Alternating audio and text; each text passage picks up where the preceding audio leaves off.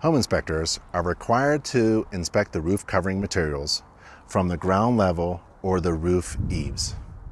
According to the INTRNACHI Home Inspection Standards of Practice, the home inspector is not required to walk upon any roof surface, even if the roof is flat.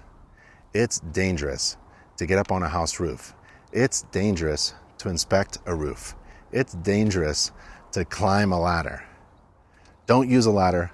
Don't get up on a roof without getting properly trained in ladder safety procedures first. The most important thing to do as a home inspector is to come back home safely. Many home inspectors begin each home inspection by inspecting the roof first.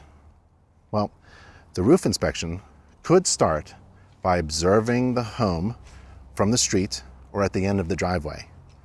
Look at the house roof in its entirety. Determine the type of roof covering. This is asphalt shingle. Estimate the slope of the roof surfaces, and then check to see if the entire roof can be observed and inspected. Look for missing roof covering materials, cracked or damaged roof covering materials, or missing shingles, and look for indications that the roof was repaired or replaced in some sections.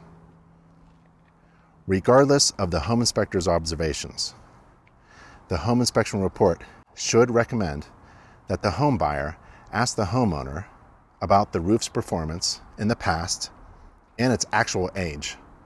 The home inspector will not be able to determine the age of the roof or predict its life expectancy.